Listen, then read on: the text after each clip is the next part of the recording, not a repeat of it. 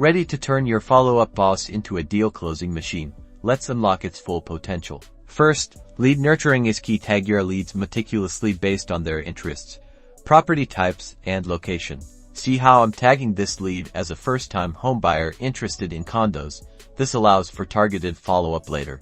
Next, create smart lists. Segment your database by those tags. For example, a smart list for first-time condo buyers.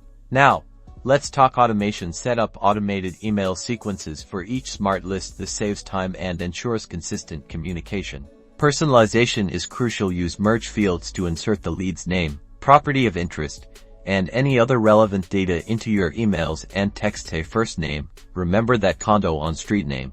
Don't forget the power of a personal call. Schedule call tasks in follow-up boss to remind you to reach out at the right time. Make it a point to add value to the conversation. Track your progress using the deal pipeline. Move your leads through the stages as they advance, giving you a clear overview of your sales process. Implement these tips and watch your closing rate soar. For more real estate marketing secrets, subscribe to my channel.